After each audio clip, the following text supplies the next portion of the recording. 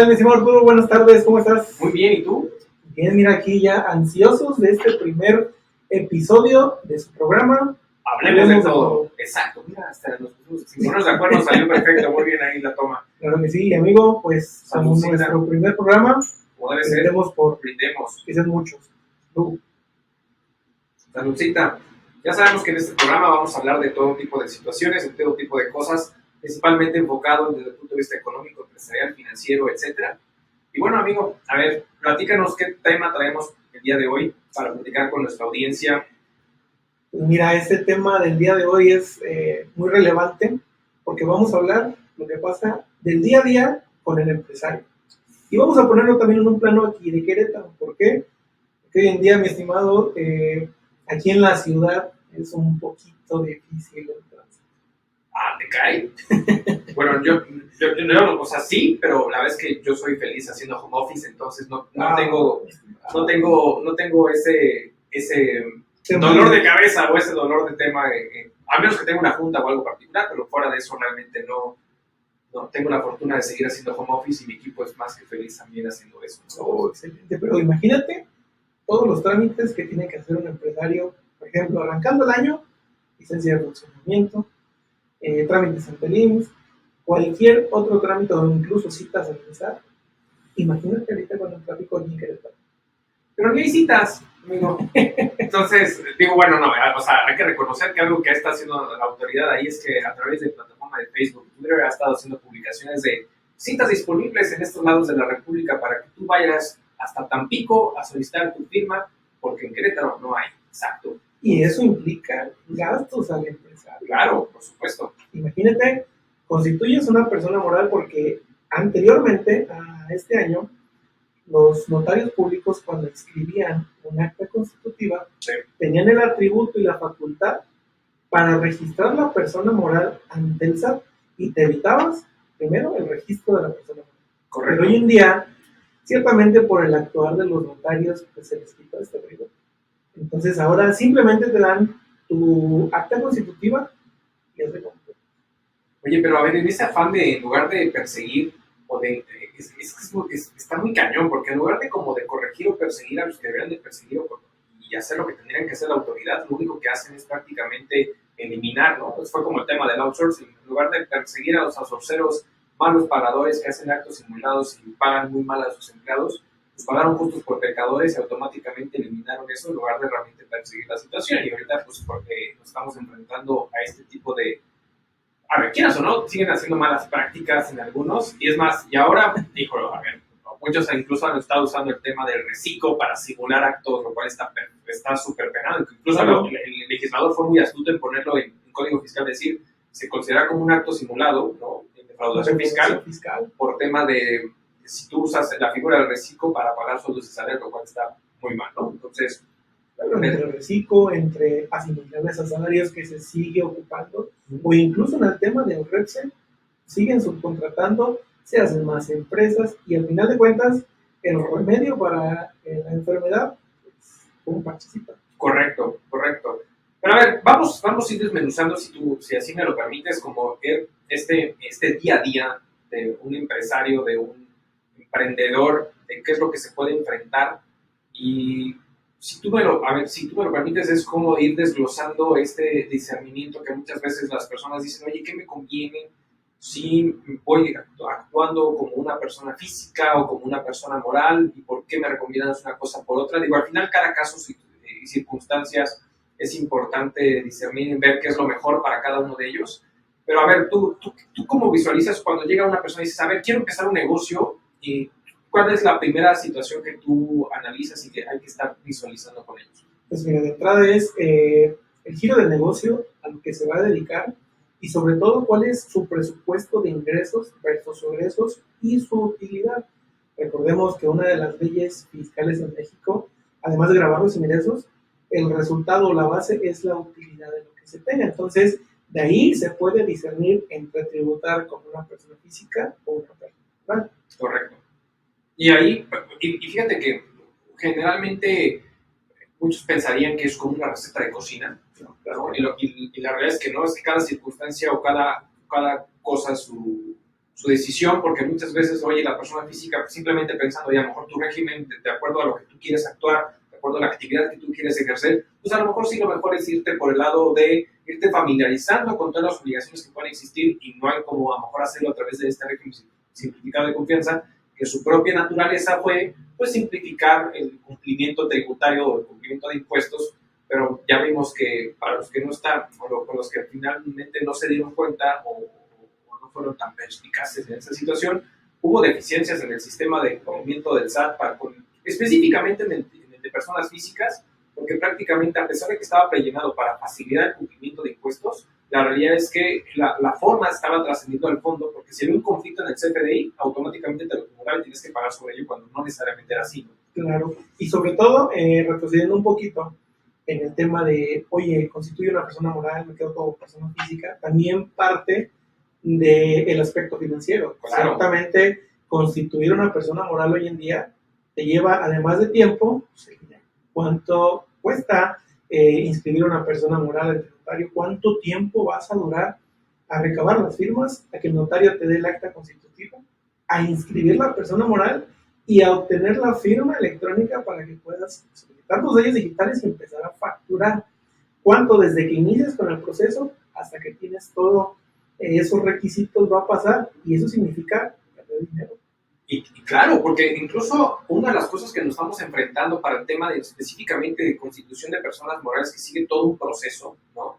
Que si bien muchos dicen, oye, es que a lo mejor, oye, quiero constituir estas sociedades de acciones simplificadas, ¿no? Y entonces lo hago a través de Secretaría de Economía exclusivamente con la fiel de los representantes legales y constituyo la sociedad y uso un machote prácticamente de objetos sociales, lo cual luego es un problema porque si no tienes bien planteado lo que quieres hacer y visualizar ese futuro, te puedes llenar de objetos sociales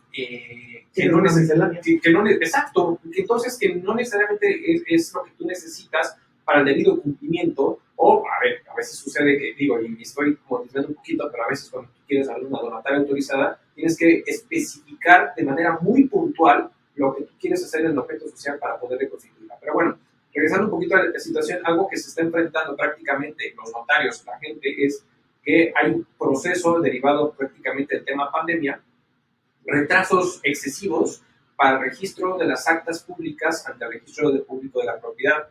Y ahí cuál es el conflicto. Si bien te puede dar una copia certificada para esos famosos efectos fiscales de que tú vayas y tramites el RFC, vayas y tramites la FIEL, el problema está que cuando tú quieras abrir una cuenta bancaria, ¿no? Porque si no, oye, a ver, pues puedo usar mi cuenta bancaria personal en lo que le habla de la empresa. No, olvídate, eso te metes una broncota. Claro. Y entonces ahí te enfrentas a que el banco te va a decir, a ver, necesito copia de que efectivamente tu certificado de la FIEL esté debidamente registrada, porque si te lo piden ya, claro. Te piden que el acta constitutiva y los poderes estén debidamente registrados prácticamente ante el registro público de la propiedad y el comercio.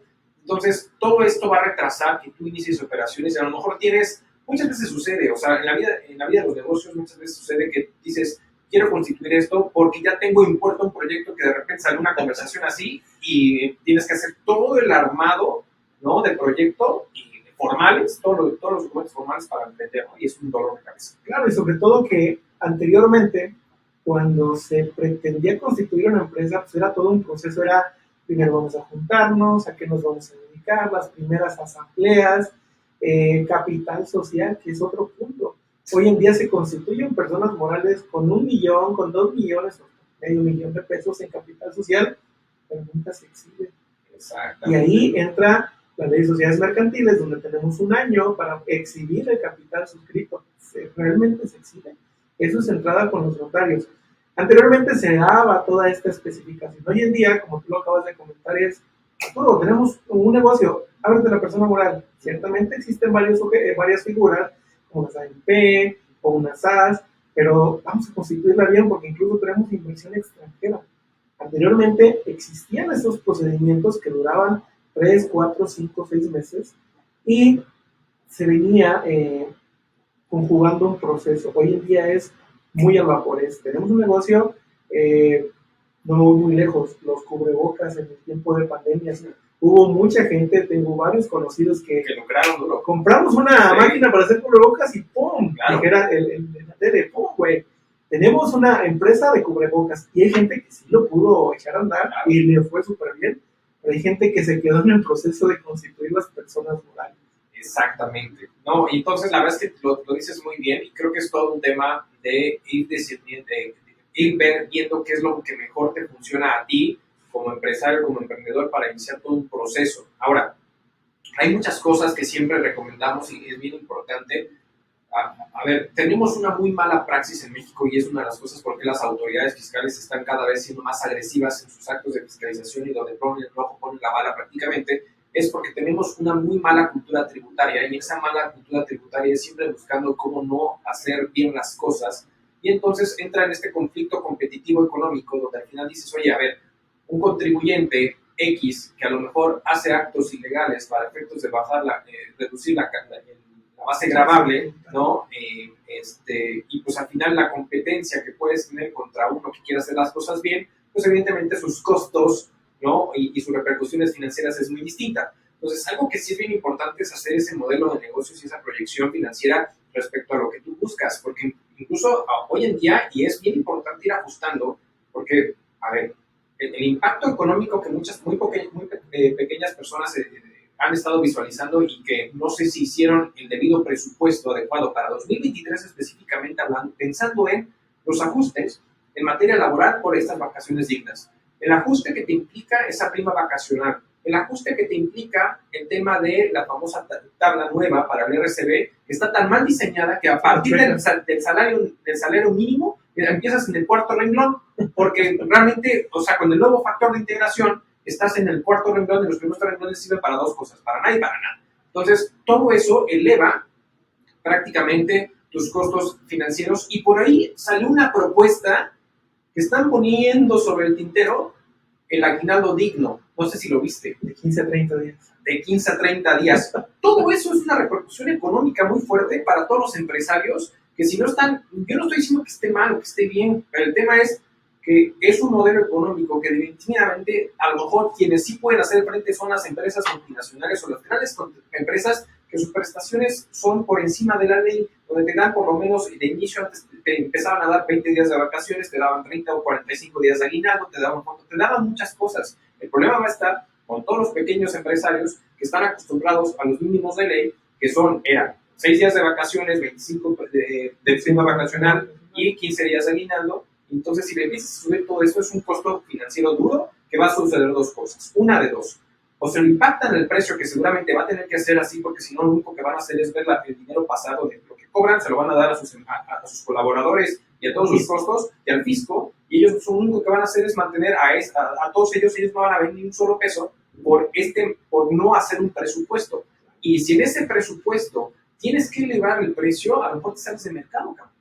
Exactamente. Y bye. Todo esto se tiene que hacer año con año, o cuando se va a iniciar con una empresa, pues se tiene que hacer al inicio en nuestros planes de acción, en los planes presupuestarios, o los planes ejecutivos, de ver realmente si el producto que yo pienso vender y cómo lo voy a fabricar me permite a mí obtener una utilidad, porque ciertamente poner una empresa, a ti como socio, pues quieres ver rendimiento, que claro. También eso es otro tema, porque tienes utilidad y si no tienes cuca, cupín, ¿cómo sacas los rendimientos? Bases a decreto de dividendos que viene el 10%, más la retención de la asimilable. Claro. O, pues desafortunadamente, los empresarios recurren a estrategias o malas prácticas para decir, ok, voy a retirar mis utilidades, pero voy a cobrar un sueldo, que son dos cosas muy diferentes. Ciertamente, una persona como empresario debe de fijarse un sueldo que diga, ok, cuáles son, me importen mis necesidades básicas personales, y sobre eso puedes fijar un sueldo, que ese es una retribución por el trabajo que tú haces con tu empresa. Correcto. Luego se convierte en uno en autoempleado y viene una serie de cosas que afectan ahí, pero una cosa es el sueldo que tú debes de percibir por hacer el trabajo, ser un trabajador de tu propia empresa, y otra cosa son las utilidades. Si tu empresa no es redituable, ¿para qué la tienes? También, desafortunadamente, conozco personas que año con año tienen pérdidas fiscales. Entonces, para los ojos de Hacienda dice, oye, ¿para qué una empresa que tiene 4 años en pérdidas fiscales? ¿A qué se dedica? Exacto. Entonces, ciertamente la vida del empresario no solamente es, y ahí nos vamos a un tema cultural, a un tema de donde los que están afuera, los famosos godines, que dicen, pues el patrón tiene mucho dinero, que gaste. Claro, viene una serie de falta de cultura. donde piensan que el empresario simplemente se sienta a obtener su dinero y se lo lleva tranquilamente cuando no. Exacto, y dijiste algo muy, muy interesante y que sí quiero recalcar, esta buena práctica desde mi punto de vista de que al final tú como nuevo empresario sí te pongas un sueldo, porque prácticamente las actividades que tú pudieras estar iniciando a realizar dentro de tu propio negocio, pues tendrían que estar, si no los haces tú, alguien las tiene que hacer. Entonces, si tú desde un inicio no presupuestas prácticamente esa necesidad o de que se cubran esas actividades, ya sea contigo o con alguien más, el día de mañana, si no estás, o sea, dices, yo le meto al negocio, yo pongo mi tiempo y todo el rollo y no presupuesto un ingreso para el tiempo que voy a estar invirtiendo en mi negocio, el día de mañana que te quieras despegar, vas a tener que contratar a una persona para que haga eso y te implica un costo y nunca lo tuviste presupuestado, te va a generar un impacto económico, lo cual creo que sí es una muy buena práctica que el hecho que al final se ponga sobre la mesa que sí se haga eso, porque es parte de esa famosa buena praxis respecto al tema económico como tal. Y ahora, hablaste también del tema de los rendimientos. A ver, las circunstancias actuales van a generar que al final seamos muy claros de cómo está nuestro rubro económico, bajo qué sector económico estamos prácticamente, cuál tendría que ser nuestro, ¿cómo llamarlo? Nuestro rango de criterio de rendimiento económico o prácticamente retornos en inversión, el famoso ROI, respecto al tema de lo que estamos invirtiendo, llámese dinero, llámese tiempo, pues cuánto tendríamos que estar prácticamente generando de retribución económica o este retorno sobre inversión para saber si realmente es negocio o no. Porque, ojo, ahorita tenemos un factor que es inflación. Y entonces, si en un momento dado ahorita dices, oye, a ver, están subiendo tasas de interés, tengo una inflación y los CETES simplemente que es un instrumento de deuda que al final me está, que es prácticamente de cero riesgo y me está generando un rendimiento entre el 9 y el 11.5%, oye, a ver, mejor pongo mi dinero ahí sin hacer nada y entonces si yo estoy invirtiendo capital de riesgo, de cierta forma lo que estoy buscando es que me genere un rendimiento por encima de eso. ¿Y cuánto es por encima? Seguramente el doble, o sea, yo esperaría que por lo menos me diera el 20%. Estamos en esa capacidad de poder generar. Y es lo que están haciendo las grandes empresas, por eso están despidiendo a diestra y siniestra personal, porque prácticamente lo que buscan es mantener el beneficio por acción de todos esos inversionistas, de todos los capitalistas, porque sabemos, dicen, oye, si no me vas a dar el rendimiento que estoy esperando, lo meto en un instrumento de deuda que no me genere riesgo y sigo teniendo un rendimiento bastante interesante por las circunstancias actuales que estamos viviendo.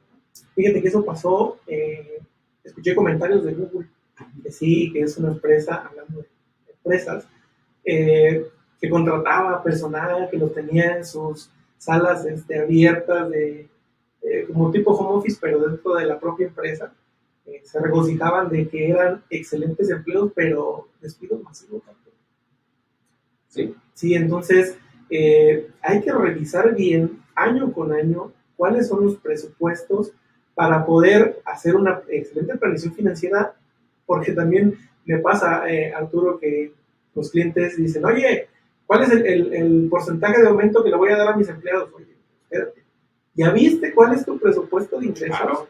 Tus ingresos o tus ventas van a soportar el aumento que les pretendes dar, porque muy fácilmente, porque también existe la presión por parte del empleado godín, oye, y mi aumento, ciertamente apegados a la ley, es el aumento viene a los que ganan el salario mínimo. Exacto. No hay una ley que nos obligue a los empresarios a aumentar año con año el salario de las personas. Ciertamente por temas de inflación dices, ok, te ajusta menos este año que el año pasado, pues viene un aumento, ¿no? Pero no simplemente decir, les voy a aumentar el 10% cada año. Y espérate, ese 10% ¿de dónde lo vas a obtener? Vas a seguir vendiendo lo mismo y al mismo precio. El que se va a buscar al final de cuentas eres tú como socio, eres tú como empresario, porque cada vez te va a quedar menos dinero en la cuenta y en tu cartera. Claro. Entonces, empresarios, personas que quieren poner un negocio, primero necesitan revisar bien todos los presupuestos y sobre todo los costos, porque muy fácil decir, pues yo voy a crear un producto o un servicio cuando todo es intangible, es solamente no hay un costo. Y ahí financieramente tenemos una utilidad prácticamente del 100%. ¿Y luego qué pasa? Oye, tengo mucha utilidad, pago muchos impuestos. ¿Cómo le hago para bajar cuando el costo, que es intangible, no se puede facturar? Correcto. Entonces, ojo con eso, siempre tengan previsto su presupuesto de ingresos versus a su presupuesto de egresos. Me llama mucho la atención también, hablando de la vida del empresario, hay dos impuestos en México, los más particulares, que es el ISR y es el IVA. Y muchos se asustan o se enojan porque dicen, es que estamos pagando mucho IVA. Ojo, empresario, el IVA es un impuesto que va excedido al precio de lo que vendes el producto o servicio. Ahí hay un error cuando decimos, te lo vendo en 1,000 pesos neto. Ojo, no lo estás vendiendo en 1,000 pesos, lo estás vendiendo en 863 pesos. ¿Quién absorbe ese IVA? Pues tú como empresario. Aprendamos a que los impuestos que vienen, como su nombre lo dice, agregado al valor, ese no es de nosotros. Entonces, si lo cobramos, al final de cuentas sabemos que lo tenemos que pagar. ¿Para qué nos ayuda? Para financiar nuestros gastos. Ciertamente hay gastos que no grava este impuesto, como la nómina, la seguridad social. Entonces, ¿qué pasa? El empresario dice, oye, que estoy pagando mucho impuesto, ¿cómo lo puedo bajar? Oye, ¿ya viste tu estado de flujo de efectivo? Claro. ¿De dónde salió? ¿A dónde se fue? ¿Y cuáles son los rubros que no aplica, por ejemplo, para el impuesto al valor agregado? El monto de esos rubros, si tú lo multiplicas por el punto 16, es ese porcentaje que sí o sí vas a pagar de ello. Correcto. Entonces, otra manera también de visualizar que realmente es sano, es decir, oye, estoy pagando 10,000 pesos de IVA. Oye, que es mucho. ¿Ya viste tus ingresos? Son de 5 millones. O sea, ¿realmente estás pagando mucho IVA? ¿Lo ves en cuanto al importe o en cuanto al porcentaje sobre tus ingresos cobrados? Sabemos que el IVA se paga sobre los ingresos cobrados en base a flujo, versus los egresos también que cumplen con requisitos de las deducciones y sobre todo que sean pagados. Entonces, no nos asustemos por pagar impuestos que realmente pues, no son de nosotros. El ISR sí, porque el ISR es en base a la utilidad. Correcto. Si no genero una buena estrategia financiera, lógicamente voy a pagar una utilidad mucho mayor. Y ahí es donde repercute el impuesto antes de la utilidad en el estado financiero, porque es el porcentaje que yo estoy pagando. Que ahí vienen las estrategias de planeación corporativa. Una persona moral, sabemos que en su primer año, como no tiene un coeficiente de utilidad, puede de alguna manera evitarse ese pago, pero no dejen de ver sus deducciones, porque ¿qué va a pasar? En diciembre, cuando cierren el ejercicio, y, tengo una utilidad del 50%, entonces en marzo, vámonos, véngase para acá. Venga a nuestro reino. Entonces, no solamente es decir cuánto tengo en el banco, si tengo 1,000,000 de pesos me fue muy bien, o si tengo 0% me está yendo mal. El empresario es mucho más que eso. ¿Cómo ves, Arturo? No, yo estoy de acuerdo contigo y fíjate que recalcando un poquito y haciendo énfasis específicamente en estos famosos impuestos indirectos como es el IEPS y el IVA, que el IVA es el principal que vemos, porque el IEPS, pues a menos que seas contribuyente, ves el acreditamiento o el pago del mismo de cierta forma. Pero el tema es con los impuestos indirectos, pues prácticamente son impuestos al consumo, donde al final ese impuesto al consumo no significa que quien está enajenando o prestando el servicio es quien traslada el impuesto al cliente para que éste lo pague, uno lo recolecta en términos burdos y se lo entera al fisco, ¿no? Entonces prácticamente esa es la función. Entonces si tú tienes un pago excesivo de IVA y dices, es que estoy pagando mucho IVA, pues es que hay que analizar realmente qué estás haciendo, porque a lo mejor no estás facturando lo que debes facturar, o simplemente tu estructura no te lo permite, porque a lo mejor tienes, a lo mejor estás teniendo prácticamente erogaciones de sueldos y salarios, erogaciones a todas las contribuciones alrededor de sus salarios, ya ves, impuestos sobre nómina, el tema del seguro social, el tema del Infonavit, que al final son erogaciones que no tienen un impuesto de por medio, no tienen ese IVA. Entonces, a ver, en ese cúmulo total de la cobranza, pues destinas un cierto porcentaje de esas erogaciones al tema de erogaciones que no están o que no tienen o no juegan para efectos de IVA. Y entonces, evidentemente, ese diferencial es el que sí o sí vas a terminar enterando. Pero ojo, ese no es tuyo. Tú se lo trasladaste al consumidor final a efectos de que este sea el que te lo pague de cierta forma. Ahora, el conflicto está que muchas veces en ese presupuesto que puede hacer el empresario, haz un presupuesto de flujos con la facturación contando el IVA de por medio, lo cual está completamente erróneo, porque está considerando el IVA como parte de esa necesaria cobranza para poder hacer frente a su proyección de egresos, ¿no? Lo cual está perdidamente mal. Y entonces ahí vienen las malas prácticas de te lo doy a 1,000 pesos, pero si quieres factura, añádele el IVA, ¿no? Oye, si me pagas con tarjeta, pues te tengo que subir el IVA, ¿no? Entonces, es una muy mala práctica, ¿no? Señores, tenemos que entender que todos los precios pactados en territorio mexicano deben tener añadido el impuesto al valor agregado, sí o sí. Lo que puede muchas veces suceder es que te presenten de forma desglosada el precio y donde te digan, esto es 1,000 pesos masiva, pero por lo menos te están dando a entender que al final no son 1,000 pesos, son 160 pesos y eso es lo que te tendría que costar el proyecto y el tema, ¿no? Entonces, pero esta mala práctica, prácticamente por falta de cultura tributaria o porque presupuestan el IVA parte de sus flujos, lo cual está incorrecto, pues es lo que conlleva prácticamente a estar jugando con este tema y creo que es algo completamente erróneo por parte de los contribuyentes. Ahora, me gustaría ver, si me lo permites, como enfocarnos también en la parte, estamos muy enfocados ahorita en viendo la parte federal, de cierta forma, pero recordemos que cuando uno se instala en un proyecto, hay que ver diferentes circunstancias. Vamos a pensar que a lo mejor tú quieres tener una flotilla de autos para renta o a lo mejor eres de autotransporte. Entonces hay diferentes mecanismos que hay que revisar para saber en dónde me conviene establecerme. Y es cuando viene la negociación o la implantación de entender cómo se maneja cada estado, porque cada estado es soberano y al final, con independencia, cada estado necesita generar sus propios ingresos con independencia de las transferencias federales que puede ejercer por el tema del presupuesto de ingresos de cada uno de los estados.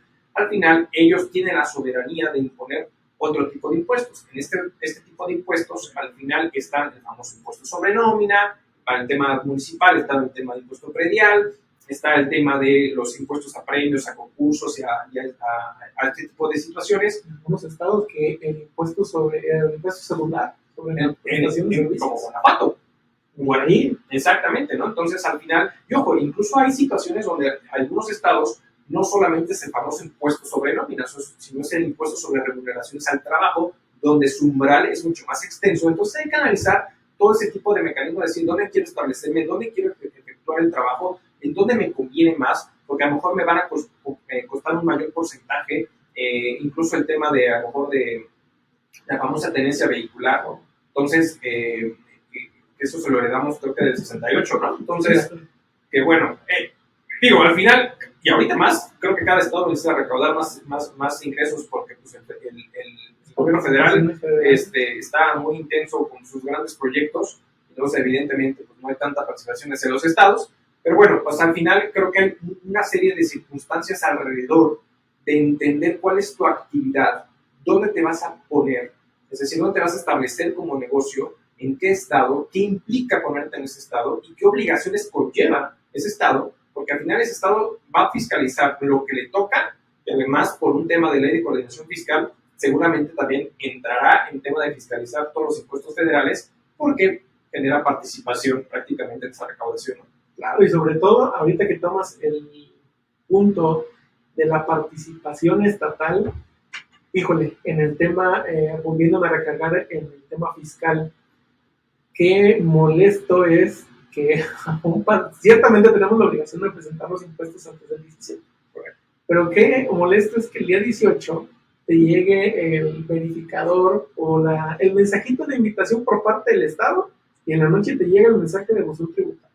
Exacto. Entonces como empresario dices, ay, ¿qué voy a hacer? O sea, por todos lados me atacan, me llega el IMSS y me llega el Finanzas del Estado, me llega el SAT y muchas veces solamente son invitaciones que por sus sistemas que no se han actualizado te llegan, porque yo ya presenté esas declaraciones.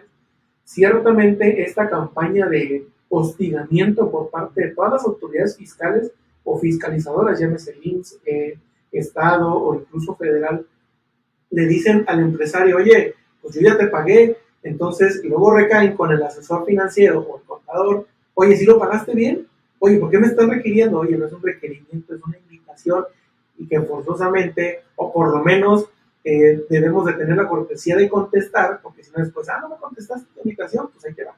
Correcto. Entonces, todo esto ya hay un amarre en la parte de que el empresario está tan conectado con el contador que muchas veces pues es para regañarlo, para decir, oye, ¿por qué no estás haciendo las cosas bien?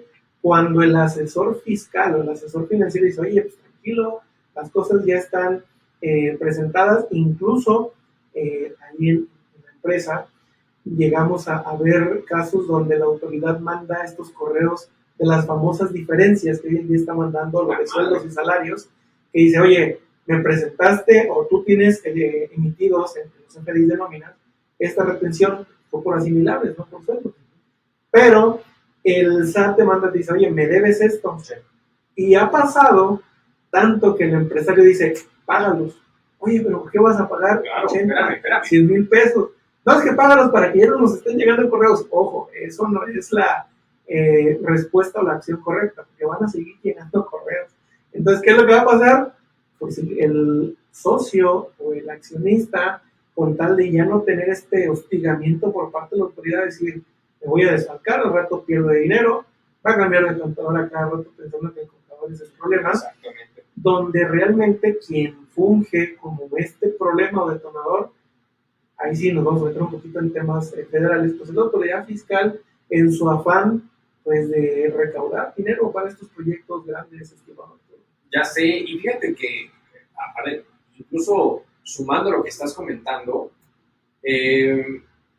a ver, nos topamos con este tipo de situaciones donde prácticamente, a ver, la autoridad, hay que reconocer que la autoridad mexicana en materia tributaria es una de las entidades fiscalizadoras a nivel mundial más tecnológicas que existen. O sea, realmente México está en la vanguardia. Obviamente, por ejemplo, el tema del CFDI no solamente está en México, ya hay muchos otros países, está Chile, está Perú, está incluso en Hong Kong, está en China, pero en China específicamente a lo mejor para un tema más de consumidor final, específicamente para temas tecnológicos. Pero con esa plataforma me estás diciendo que México es uno de los países de la vanguardia. A ver, a lo que voy es, en temas tecnológicos, creo que México está en tema de vanguardia. El problema está que al final hay dos cosas que creo que suman a lo que está sucediendo. Una, los parámetros de cierta manera excesivos en controles formales por parte de la autoridad, donde la formalidad está por encima de las partes de fondo, y específicamente hablando del CFDI. La cagaste y pusiste la forma de pago una sola exhibición. Y no lo cobraste en ese momento. ¿Qué nos dice la regla miscelánea? Tienes que cancelarlo, repetirlo con pago parcial o diferido, y después añadir el complemento de pago cuando se cobre, porque no lo cobraste en el periodo que debió haber sido, porque tienes esa facilidad para hacerlo, lo que tú quieras y mandes. Pero al final es decir, eso implica carga administrativa.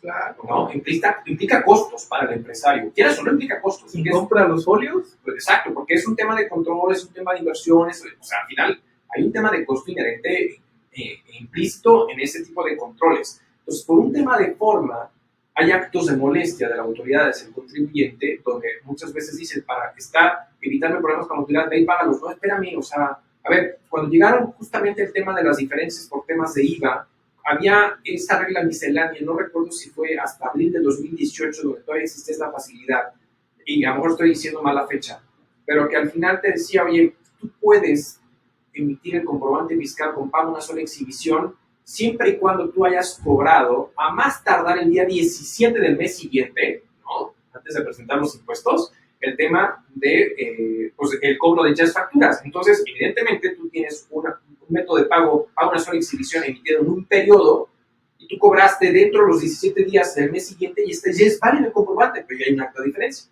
¿Por qué? Porque la formalidad está por encima del fondo de las circunstancias y es lo que está llevando a actos de molestia. Que también está conllevando todo este rollo, que al final, tú bien lo dijiste, a ver, le van a decir al contador o al asesor que está haciendo mal su chamba. El problema a ver, ¿realmente el asesor o el despacho va a ofrecer el servicio de compliance, estar verificando los controles de cada una de las facturas? Imagínate el nivel de facturación que puede existir, que, oye, el despacho lo va a hacer, ¿está dispuesto el cliente a pagarlo? No creo. Si el cliente dice, te pago, adelante. Claro, pero la realidad es que no va así, o sea, la realidad es que no va por ahí, entonces, o sea, al final uno de los temas importantes con esto, y como para a lo mejor, si gustas, como ir cerrando a lo mejor el tema de este punto, es que la autoridad está empujando al contribuyente a ser un poquito más, hacer un control excesivo, donde la forma preside al fondo, y lo cual yo no estoy tan de acuerdo, ¿no? En este sentido, porque son cargas excesivas administrativas cuando se supone lo que se buscaba es simplificación administrativa, y esa simplificación administrativa significa que hagas muy bien las cosas, y para hacer muy bien las cosas es porque tienes los elementos necesarios y lana necesaria para poner a una personita o dos personitas o a las personitas que sean a estar haciendo todo el debido proceso de controles, de emisiones, de hacer incluso tener una persona de control interno, incluso un tema de control de calidad, un tema de compliance. Entonces hay muchas cosas vinculadas con esto que al final implican repercusiones al empresario, y el empresario por eso de repente dice, puta, perdón, pero mejor me voy a la informalidad y sigo manejando efectivo, ¿no? Y entonces, oye, a ver, pues, no es que esté a favor de la situación, pero entiendo que dices, puta, esto es un desmadre y está muy cañón cómo se está generando, y entiendo el tema que al final la autoridad lo que está buscando cuidar es a través de estas recomendaciones del GAFI para evitar el tema del lavado de dinero, pero, a ver, llega un punto que es demasiado excesivo, que al final quieres tratar a todos los contribuyentes como si fueran un super consorcio multinacional, ¿no? Y dices, a ver, oye, la misma declaración anual de personas morales para este año, ¿no? Y ya ni nos metemos en partes relacionadas. Ya ni nos metemos en esto. Por eso te serví para que me relaje, porque imagínense cómo nos enganchamos en esta plática de venir de temas financieros, sí, en el ámbito fiscal, porque la autoridad es lo que ha hecho, con tantos requisitos, con tanto hostigamiento, lo que ha resultado es de que los propios empresarios se vuelquen a ver las empresas en el tema fiscal, y es lo que se tiene que erradicar. Lo que tenemos que hacer es verlo desde el plano financiero, porque las empresas para eso son. Si no te ditúas, si una empresa no te genera utilidad, ¿para qué está? Entonces, el tema fiscal sí hay que verlo. Ya vieron qué dimensión hay que verlo para que lo tomen en cuenta, pero al final de cuentas, el impuesto, el ISR que se paga por la utilidad, es un rubro antes de la utilidad neta en un estado financiero. ¿Y qué está antes de todo eso? Gastos, costos, devoluciones o descuentos o estas famosas bonificaciones que muchas empresas hacen al final del año de por todo lo que me consumiste te voy a hacer una oferta. Claro. Todo lo que está antes del rubro de impuestos es lo que realmente tiene que ver una empresa. Tus costos siguen siendo absorbibles por tu propia venta, o por ejemplo, ya vendes, te pusiste aquí en Querétaro, tienes todo el mercado, tienes mucho dinero que prefieres comprarte Lamborghinis o estas famosas shop de Elon Musk, no sé cómo se llaman. ¿Tesla? La camioneta Tesla. ¿Cuál? ¿El Cybertruck? La Cybertruck. En vez de decir, oye, ya tengo todo el mercado de Querétaro, a ver cómo salen, porque creo que se les están reduciendo la vida de las baterías. Entonces, ya abarcaste todo el estado de Querétaro, toda la ciudad de Querétaro, oye, empieza a pensar en expandirte, o incluso, en vez de nacional, incluso internacional. O sea, tenemos tratados donde sin ningún problema te puedes ir a vender o exportar tus productos o tus servicios a otro país y evitar la doble tributación. Entonces, ¿por qué pensar? Ahí viene un rubro muy importante y muy polémico, Arturo, en el tema de si genero y acumulo riquezas, o realmente qué es lo que a mí me ayuda como ser humano a decir, estoy bien, estoy tranquilo, tengo mucha utilidad, sobra dinero, pues voy a expandir mi empresa para generar más proyectos, o simplemente dejo que mi cuenta de banco se empiece a inflar. Pues yo creo que va a depender de los objetivos de cada persona, pero generalmente los grandes empresarios y magnates, la realidad es que por mucho que valgan tanto, por ejemplo, un Ricardo Salinas Pliego, un Carlos Slim, un Elon Musk, y así como este tipo de personas, la realidad es que ellos no es que tengan en efectivo la lana, no tienen en participación accionaria dentro de sus empresas, porque al final las empresas generan un rendimiento, una utilidad, generan reinversiones, para que no, porque es muy costoso, al final es costoso tener el dinero parado, ¿no? Y que no reditúe nada, o trasladar toda la utilidad prácticamente a los accionistas. Entonces, por eso generalmente las empresas son ricas en esta naturaleza, y lo que buscan y generan prácticamente es estos grandes empresarios. Y entonces, pues el dinero lo tienen prácticamente en acciones, ¿no? Y es lo que sucede. Sí, pues, como decía el tío Richie en el Twitter, que decía, sí, pues yo los puedo, porque muchos usuarios lo criticaban, porque Dice, pues con todo el dinero que tiene usted puede mantenernos. Dice, sí, pues puedo vender todos mis activos, todas mis empresas, y pues nada más les va a ajustar para un mes. Exacto. Entonces, ¿qué quiere decir? Que pues todo el dinero, esas personas o esos empresarios, magnates, pues realmente lo tienen invertido, ya sea en criptomonedas, ya sea en propias empresas o en activos que pues no son de fácil conversión. Correcto, amigo. Pues bueno, como para ir cerrando prácticamente este primer episodio piloto, el primer episodio que tenemos prácticamente para compartir con todos ustedes en este su programa Hablemos de Todo, pues ¿cuáles serían como tus recomendaciones finales que darías prácticamente a los empresarios con todo este punto? Pues mira, la principal recomendación es que revisen realmente si tienen presupuestos, si no, elabórenlos con sus asesores. Si sus asesores carecen de esta noción, pues sí acérquense a asesores que realmente lo sepan, porque sí necesitan ver su empresa desde la parte financiera. Sus presupuestos, tanto de ingresos como de gastos, revisar todos los gastos que tienen, que Correcto. no tengan gastos innecesarios, para que vean si realmente su empresa les reditúa o no. Y por favor, acérquense a un buen asesor. Correcto, siempre es bueno, digo, al final si bien un asesor puede ser relativamente costoso para algunos contribuyentes o para algunos empresarios o nuevos emprendedores, la realidad es que, digo, un buen asesor lo que va a buscar es que prácticamente te impulse a generar mejores ganancias o mejores reconocimientos o mejores utilidades, ¿no? Y recordemos que al final siempre es importante tener de la mano toda la parte financiera y recordemos que el efecto fiscal es respuesta a tu estructura financiera, entonces por eso es parte importante de tener siempre eso presupuestado y que al final el proyecto financiero contemple el efecto fiscal para saber si al final tu utilidad neta es lo que realmente estás esperando en función a lo que tú invertiste en dicho proyecto, ¿no? Claro que sí, entonces espero que hayan tomado muchísimas experiencias, anotes, parte de las recomendaciones que aquí les hacemos para que les pueda ayudar a hacer una vida financiera más sana. Les agradecemos por estar en esta emisión. Por favor, denle clic a las campanitas, compartan este video que va a estar en las plataformas de Facebook, de YouTube. Próximamente lo vamos a subir a Spotify para que nos puedan seguir en el audio y en video. Así es que muchísimas gracias por esta primera emisión. Esperemos verlos en muchas emisiones más. Arturo, muchísimas gracias. Amigo, muchas gracias. Saludcita. Salud por este primer episodio. Muchas gracias a todos los que nos hacen el favor de que nos van a empezar a escuchar. Comparta prácticamente este primer programa prácticamente con todos sus conocidos, amigos, colegas. Si les gustó, recomiéndenos. Si no, también para que se la pasen pues mal también los otros, ¿no? ¿Por qué no? Claro. Al final hay que compartir lo bueno y lo malo en esta vida. Muchísimas gracias. Nos vemos a la próxima y hasta luego. Hablemos de todo. Hasta luego.